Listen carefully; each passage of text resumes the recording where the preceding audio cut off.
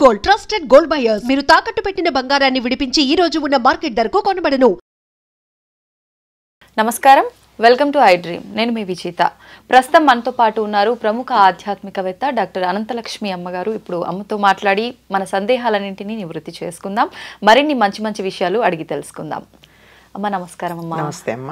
అమ్మ, తొలి ఏకాదశి రోజు అందరూ ఉపవాసాలు ఉంటూ ఉంటారు. తొలి ఏకాదశి తర్వాత నుంచి మనకు పండుగలన్నీ ప్రారంభం అవుతుంటాయి. ఏంటమ్మా అసలు తొలి ఏకాదశి రోజు మనం పూజా విధానం ఏ రకంగా ఉండాలి? ఆ రోజు ప్రత్యేకించి మనం ఏ దైవాన్ని ఆరాధించాల్సి ఉంటుంది? విధి విధానాలు, నియమాలు, నైవేద్యాలు ఇలాంటివన్నీ ఏముంటాయమ్మా? అసలు ప్రతిదానికి ఇదే విధి విధానాలు, నైవేద్యాలు, ఏ దేవుడు అంతే. ఏదన్నా మనకు ఫార్మాట్ లాగా ఒక ఫ్రేమ్ వర్క్ చేసుకుని అందులో table fill in the blanks లాగా అంతే, టాబులర్ ఫామ్ ఏం లేదమ్మా.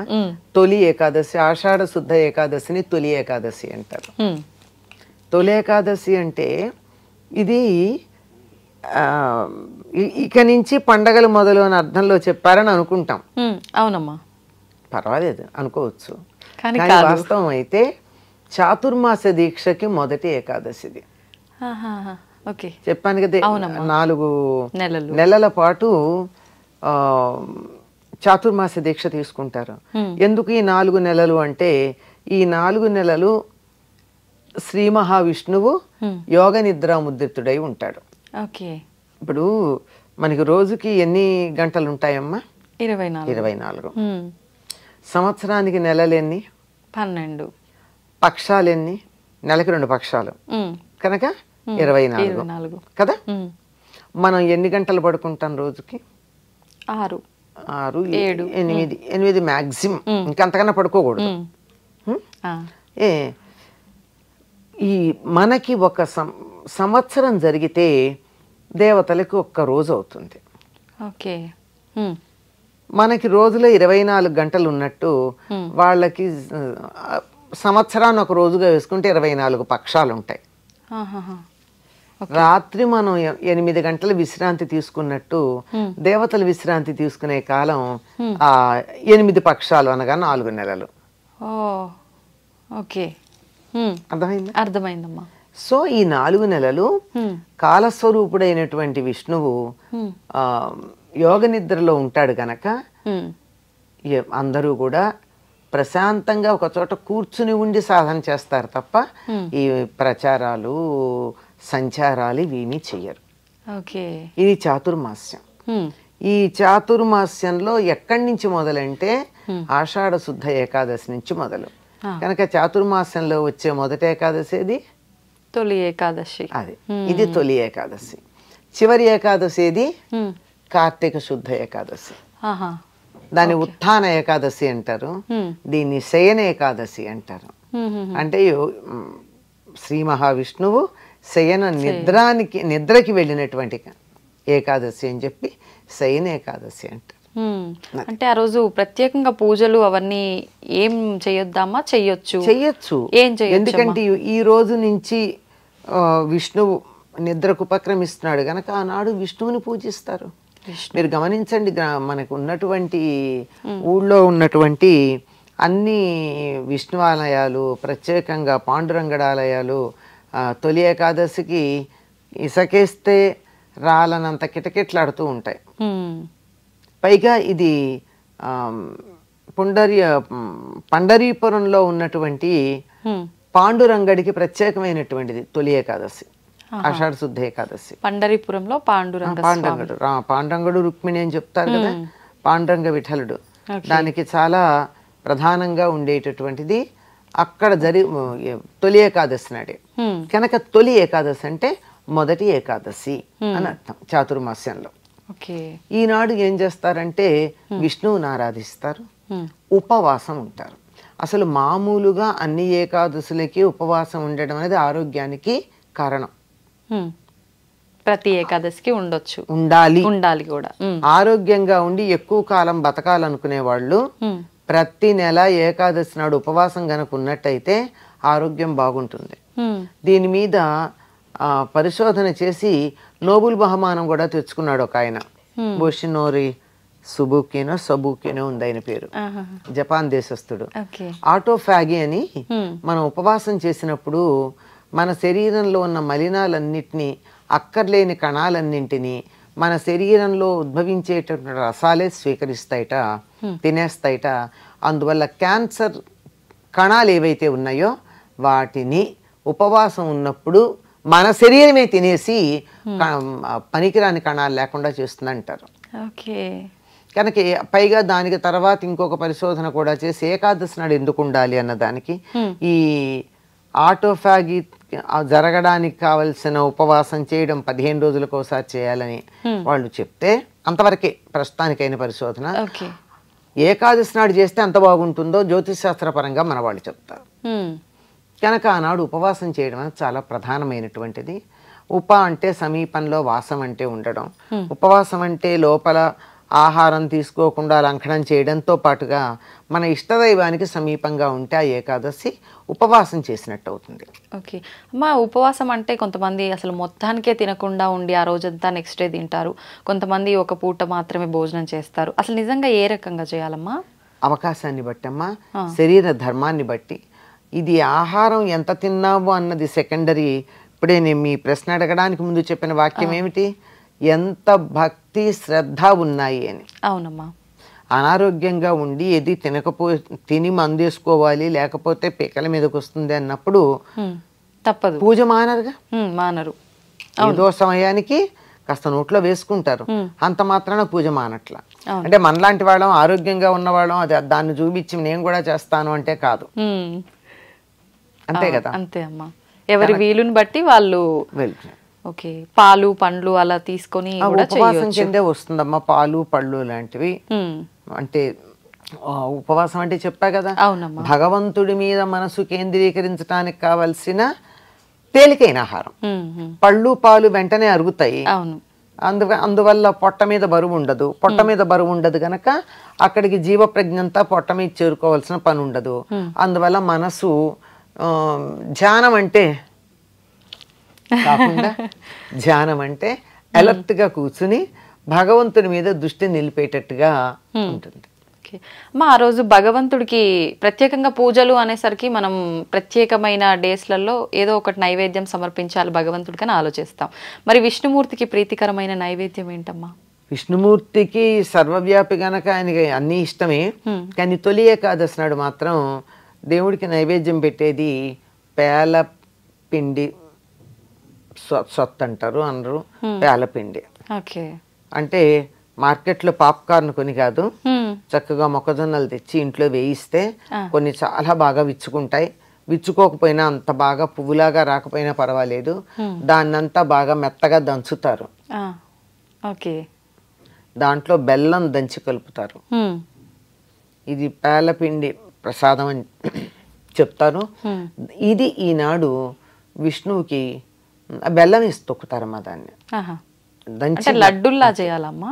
లడ్డులా చేస్తే చేయొచ్చు, పొడిగా కూడా పెట్టచ్చు. అది ప్రసాద్ దేవుడికి నైవేద్యం పెట్టినా తర్వాత మనం తిన్నా బానే ఉంటుంది. అలాగే అమ్మా, సంతోషం.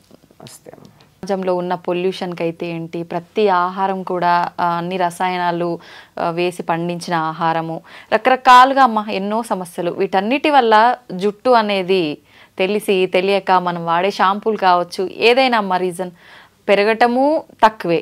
ఉన్న జుట్టన్నా కాపాడుకుందామా అంటే అది కూడా కష్టమైపోయిందమ్మా. ఊడిపోవటము, చిన్న ఏజ్లోనే తెల్ల జుట్టు రావడము, ఇలాంటి సమస్యలు చాలా చూస్తున్నామమ్మా. అసలు నిజంగా మీలాంటి వాళ్ళు పెద్దవాళ్ళ జుట్టు చూస్తేనే ఒక రకంగా చూడ్డానికి హెల్దీగా కొంచెం బెటర్గా ఉన్నట్టు అనిపిస్తోందమ్మా. ఎలా తెల్లబడింది మన జుట్టు, అది ఏజ్ తరబడి వచ్చేది వేరు కదమ్మా. ఇప్పుడు మా లాంటి వాళ్ళకి ఇంత చిన్న ఏజ్లో, ఇంకా చిన్న చిన్న పిల్లల్లోనే తెల్ల జుట్టు చూస్తున్నామమ్మా.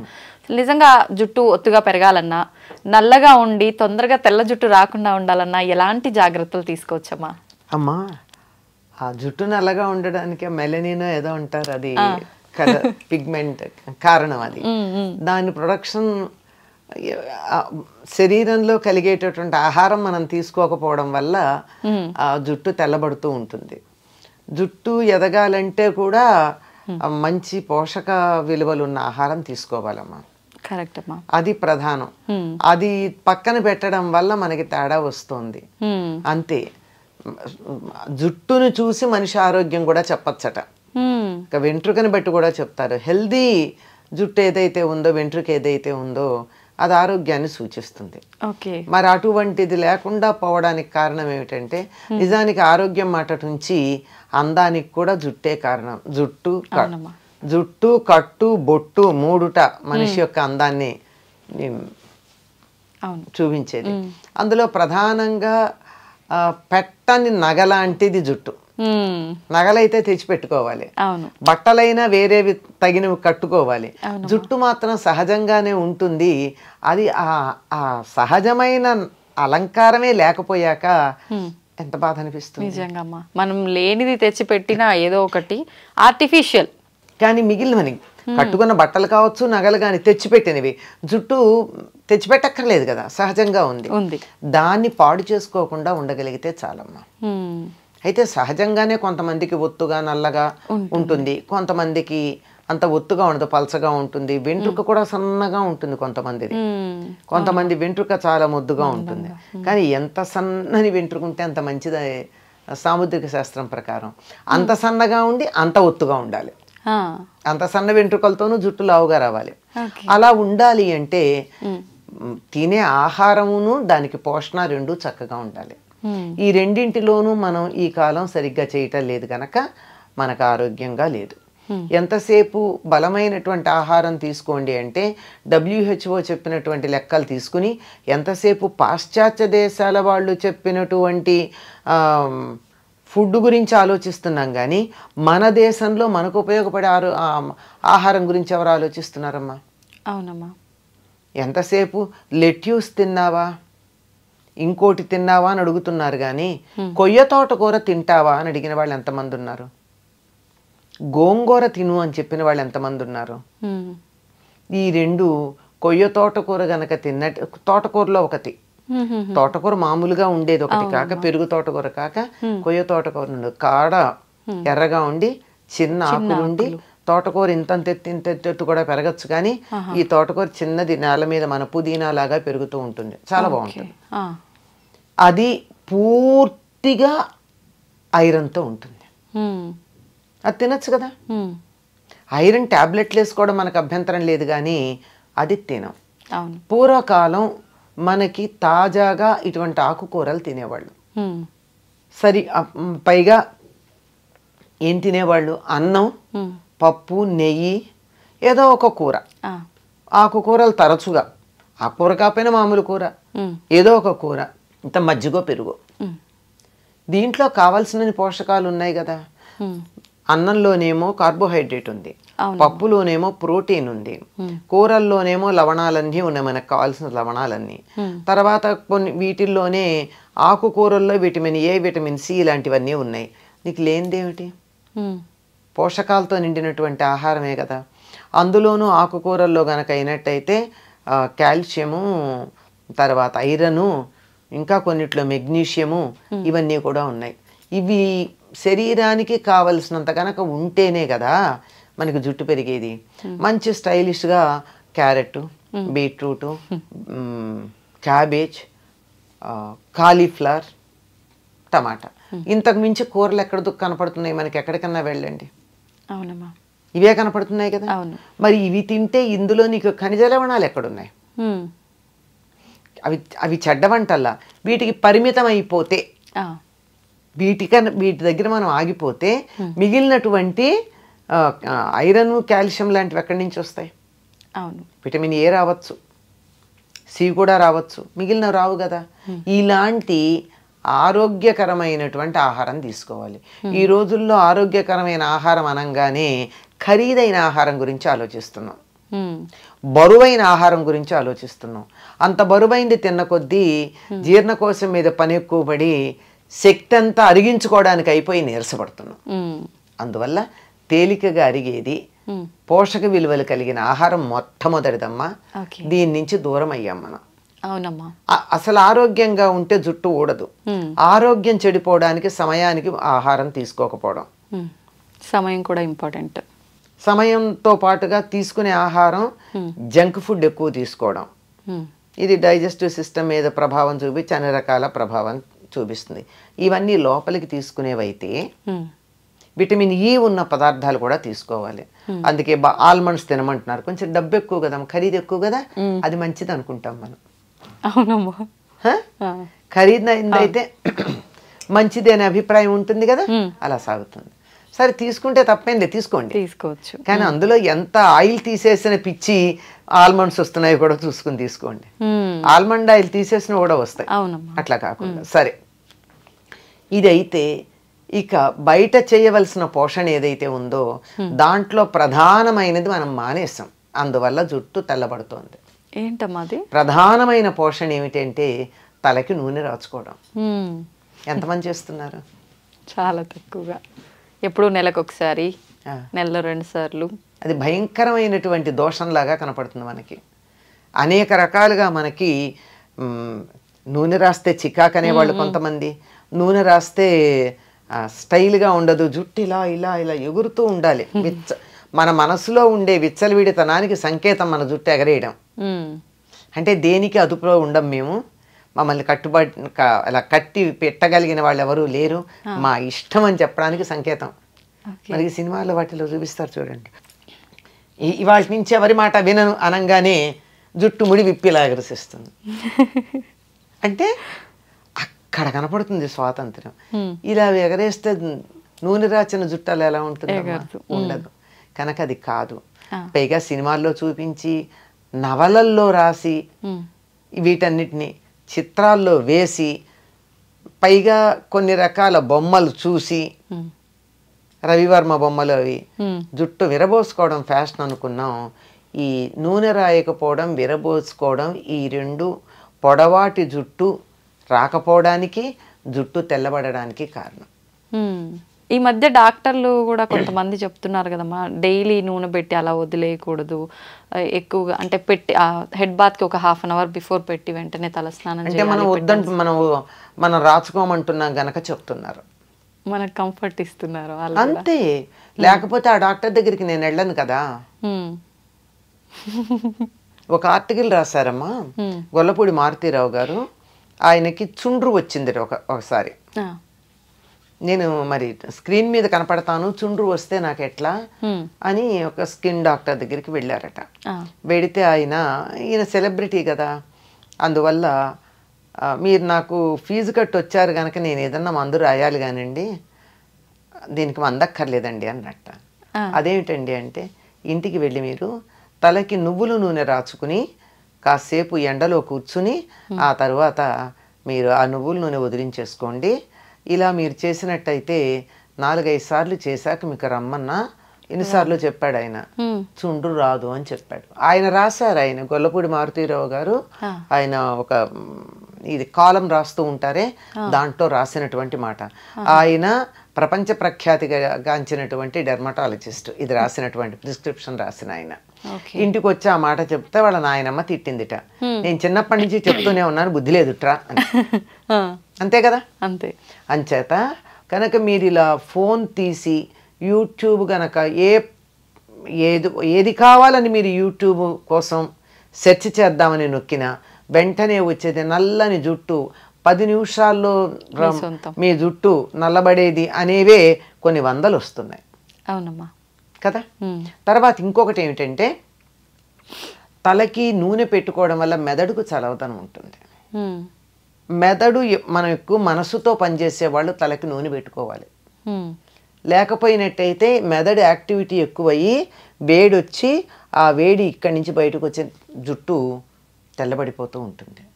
అందుకే పరీక్షలు అది అయినప్పుడు ఇంట్లో పెద్దవాళ్ళు ఏం చేసేవాళ్ళు, మా పూర్వం బాగా చదువుకుంటే పరీక్షలు అయిపోయాను ఆయన మెదడు బుర్ర వేడెక్కినట్టుందని చెప్పి ఆమోదం పెట్టేవాళ్ళు. ఇలా పెడుతుంటే అలా ఇదైపోతుంది, అందులో ఏముండకుండా ఆవిరైపోతుంది, ఇంకిపోతుంది.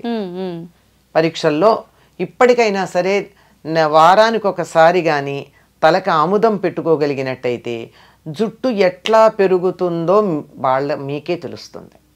అంటే నల్లబడుతుందని నేను చెప్పలేను, ఎందుకంటే నల్లబడ్డం అనేది మనం చాలా వాటికి రకరకాల పనులు చేస్తున్నాము, వయసు కూడా ఒక ప్రభావం ఉంటుంది కనుక ఆముదం పెట్టుకుని చూడండి, మంచి ఆముదం, డెఫినెట్లీ జుట్టు పెరగడంలో తేడా ఉంటుంది.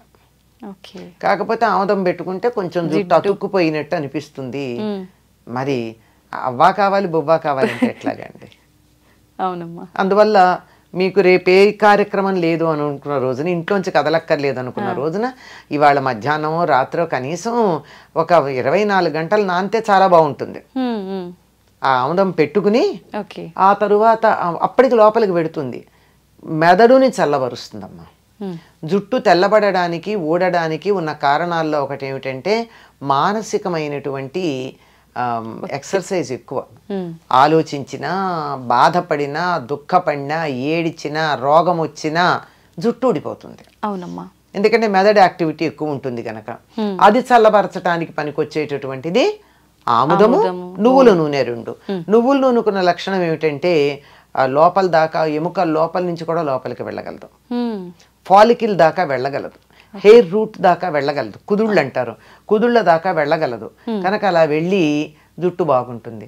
ఇది చేయడం ఇబ్బందికరంగా అనిపిస్తోంది కనుక కొన్ని కావాలంటే కొన్ని చేయాల్సిందే. వారానికి ఒకసారి ఆముదం పెట్టుకుని చూడండి, మంచి ఆముదం. ఓకే.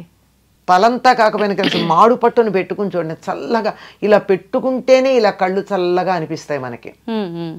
అది మరి అంత చల్లదనం కలిగిస్తూ మనం ఇంత పని చేస్తూ, ఎంత ఎండల్లో తిరుగుతూ, ఇంత టెన్షన్స్ పడుతున్నప్పుడు జుట్టు ఊడకుండాను తెల్లబడకుండాను ఉండమంటే ఎట్లాగమ్మా? దానికి కొద్దిగా బలం ఇవ్వాలి కదా మనం. దాన్ని వాడుకుంటున్నప్పుడు దాన్ని రిప్లెనిష్ చేయాలి కదా. అలా చేస్తే ఇలా ఉంటుంది. చాలా మంది ఈ మధ్య కాలంలో జుట్టు పెరగడం కోసం అని చెప్పి రకరకాల ఆయిల్స్ తయారు చేస్తున్నారు కదమ్మా. నిజంగా అలా తయారు చేసి పెట్టుకున్న ఆయిల్స్ వల్ల ఫలితం ఉంటుందంటారా? మరి ఎలా తయారు చేస్తారో తెలియదు కదమ్మా. కానీ కొన్ని జుట్టుని పెంచగలిగిన లక్షణాలు ఉన్నవి కొన్ని ఉన్నాయి. ఉదాహరణకి పొన్నగంటాకు, గుంటకలగరాకు, తర్వాత గడ్డి చామంతి అంటారు, ఇక్కడ పలకాకు అంటారు, అది నలుపు రంగు ఇస్తుంది. చామంతి పూలాగా, చామంతి బంతి పూలలాగా చిన్న చిన్న ఉంటాయి అది. తర్వాత సరస్వతి ఆకు, తర్వాత ఉసిరిగా, ఇవన్నీ జుట్టు పెరగడానికి సహకరిస్తాయి. అంటే ఉసిరిగా నలుపు రావడంతో పాటుగా చేసేది ఏమిటంటే విటమిన్ సి, ఎక్స్టర్నల్ గా కూడా విటమిన్ సి ఇస్తున్నాం. ఇవన్నీ కూడా జుట్టుకి సహకరించేటటువంటివి. మరి వీటిని ఎంత వేస్తారో, ఏ పాళ్లల్లో వేస్తారో చేసేవాళ్ళు మనకి తెలియదు కదా. మందార పూలు ఇవన్నీ కూడా జుట్టుకి సహకరిస్తాయి. అందువల్ల జుట్టు ఎదుగుదలకి, వాటికి ఎదుగుదల అన్నదానికన్నా ఆరోగ్యంగా ఉండడానికి సహకరిస్తాయి. ఎంతన్నా ఉండని పేల్గా కాకుండా చక్కగా ఉన్న జుట్టు కొంచెం ఉన్నా బానే ఉంటుంది. అవునమ్మా. అలా ఉండడానికి చాలా మంది ఆయిల్ పెట్టుకునే ముందు కొంచెం గోరువెచ్చ చేసి పెట్టుకుంటూ ఉంటారమ్మా, అలా పెట్టుకోవచ్చు అంటారా? తప్పింది, గోరువెచ్చగానే ఉండాలి. తొందరగా కుదుళ్ళల్లోకి పెడుతుందని అర్జెంటుగా కడిగేసుకోవచ్చు. లేకపోతే కూడా ఏం చేస్తారు, మీకు ఈ పార్లర్లకు వెడితే నూనె పెట్టేసిన తర్వాత ఒక తడిపిన వేడి నీళ్ళల్లో తడిపినటువంటి టర్కిష్ టవల్ తలకి చుడతారు. ఈ ఆవిరికి లోపల ఎడుతుంది. మనమంతా చేయలేకపోయినా హాయిగా గోరువెచ్చగా చేసైనా పెట్టుకోవచ్చు, లేదా ఒక టవల్ చుట్టేసుకోవచ్చు. ఎందుకంటే లోపలికి ఇంకడానికి తరచుగా రాసుకునే వాళ్ళకి సమస్య లేదమ్మా. లేదు అమ్మ. ఈ జాగ్రత్తలన్నీ తీసుకున్న తర్వాత మనం నార్మల్గా శీకాకాయ, కుంకుడుకాయలు ఇవి వాడాలంటారు. కానీ ఇవన్నీ వాడటం అంటే ఈ జనరేషన్ వాళ్ళకి హెయిర్ రఫ్గా అనిపిస్తుంది, అంత సిల్కీగా ఉండదు, ఇలాంటి ఇబ్బందులన్నీ ఉంటాయని చెప్తుంటారు కదమ్మా. ఎట్లా జాగ్రత్తలు తీసుకోవాల్సినవన్నీ తీసుకున్నాం. షాంపూ వాడచ్చు అంటారా? పర్వాలేదా? సూట్ అయితే వాడచ్చమ్మా. ఒకసారి టెస్ట్ చేసుకుని చూడండి. హెయిర్ స్మూత్గా ఉండాలి అంటే ఒక మందారాకులు 4 తీసుకుని మెత్తగా గనక చేస్తే అసలు జిగురు వస్తుంది. స్నానం అంతా అయిన తర్వాత, తల రుద్దుకోవడం అయిపోయిన తర్వాత దీనిని ముందైనా సరే ఈ మందారాకులు జిగురు ఉంటుందమ్మా, అసలు షాంపూ లాగా అనిపిస్తుంది. అది గాని తలకి పెట్టేసుకున్నట్టయితే, పెట్టుకుని స్నానం చేయాలి, అది పెట్టుకుని ఉంచరు. చేస్తే మీరు వద్దన్నా మెత్తగా పట్టుకుచ్చులా ఉండి మీరు ఇలా క్లిప్ పెట్టుకోవడానికి ఇట్లా తీస్తే కూడా జుట్టు జారిపోతుంది, అంత స్మూత్ గా జారిపోయేటట్టు ఉంటుంది. అంటే న్యాచురల్ కండిషనర్. ఇంకా అలోవెరా అంటారు, అదంటారు, ఇదంటారు, కానీ ఇది పల్లెటూళ్ళల్లో అందరూ వాడి సక్సెస్ అయినది. అది నేను చెప్పింది మందారాకు. ఇప్పుడు ఈ కుంకుడుకాయ శీకాకాయతో తలస్నానం చేయాలనుకునే వాళ్ళు ఆ ప్రాసెస్ ఏ రకంగా ఉంటుందమ్మా? మేమైతే చిన్నప్పుడు కుంకుడుకాయలు కొట్టి అందులో గింజలు తీసి వీటిని మళ్ళీ తొందరగా అవ్వాలంటే వీటిని మళ్ళీ బాగా దంచేవాళ్ళం చిన్న గుండ్రాయితో. లేదంటే కూడా నీళ్లలో వేసి నానబెట్టేస్తే రసం వచ్చేస్తుందమ్మా. ఆ రసంలోనే మేము మందారాకులు వేసేసేవాళ్ళం, కలిపేసి రుద్దేసుకునేవాళ్ళం అంతే. ఓకే. శీకాయ అయితే ఉడకబెట్టాలి, లేకపోతే పొడుము పట్టించుకోవాలి. శీకాయ కుంకుడుకాయ అయితే కాయలనైనా ఒక్కసారి ఇలా చితగొట్టి నానబెట్టేస్తే అయిపోతుందమ్మా. ఓకే.